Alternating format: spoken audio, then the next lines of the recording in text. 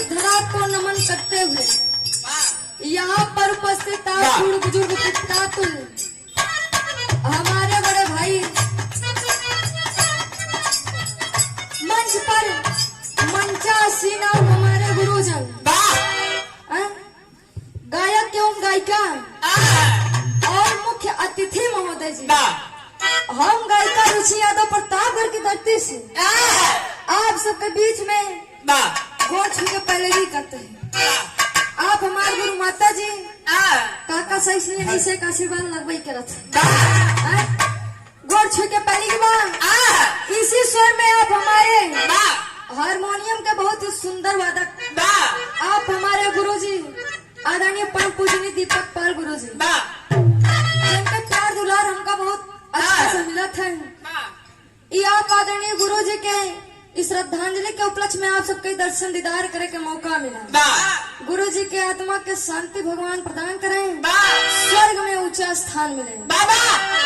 Time के अभाव में गुरुजी जल्दी से गीत पे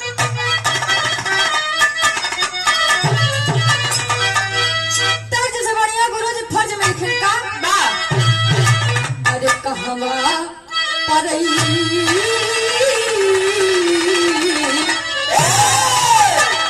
अरे कहवा परैला गुरु भुलाई हो अरे कहवा परैला गुरु भुलाई हो न सहल जाला जुदाई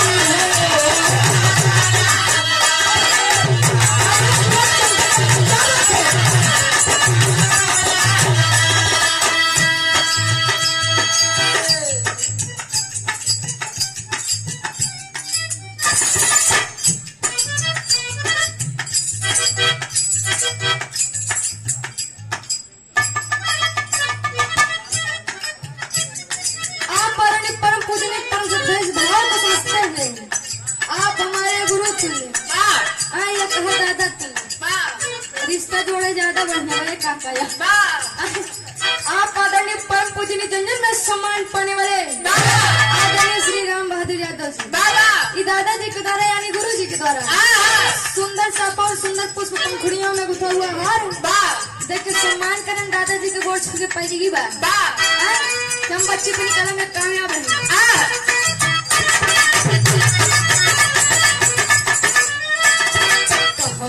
परैला गुरु भुलाई हो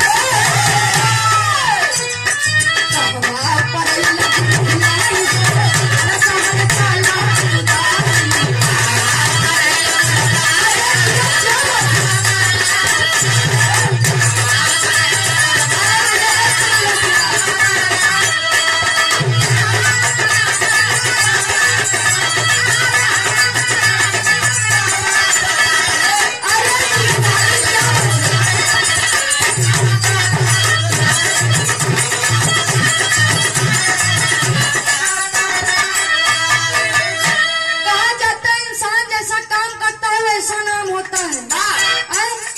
जैसा काम करता का वैसा नाम गुरु।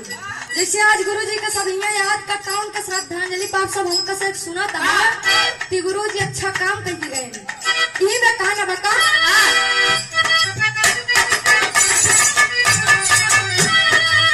तो हरी कृतिया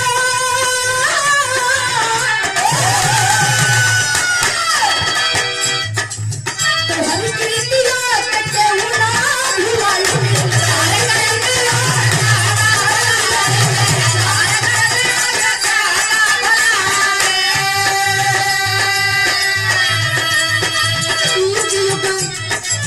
युग युग यस पूरे जग में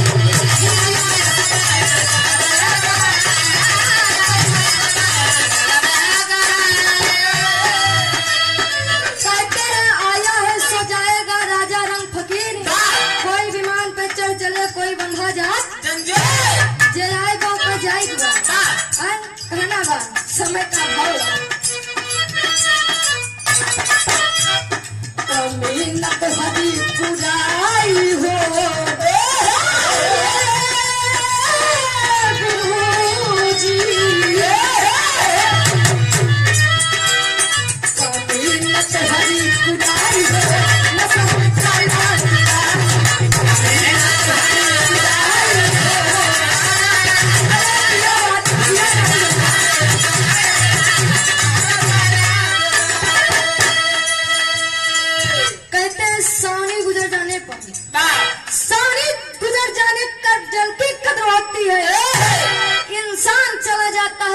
कीर्ति अमर होती है। आय?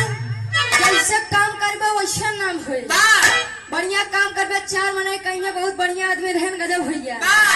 एक कमल भैया गजब भैया जान लो दिन स्वर्ग मिल गया। आपका नहीं कहते आखिरी में अब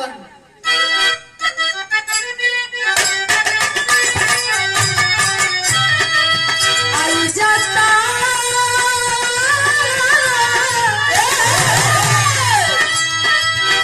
जाता फिर से अपने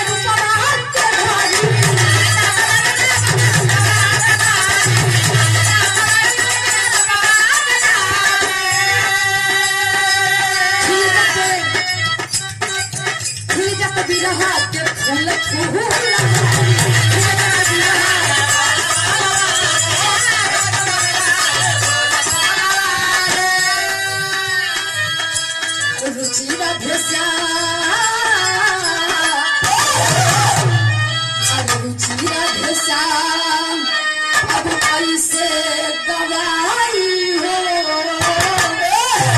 तो कहे रुचि राधेश्या अब कैसे गवाई हो नशा जाला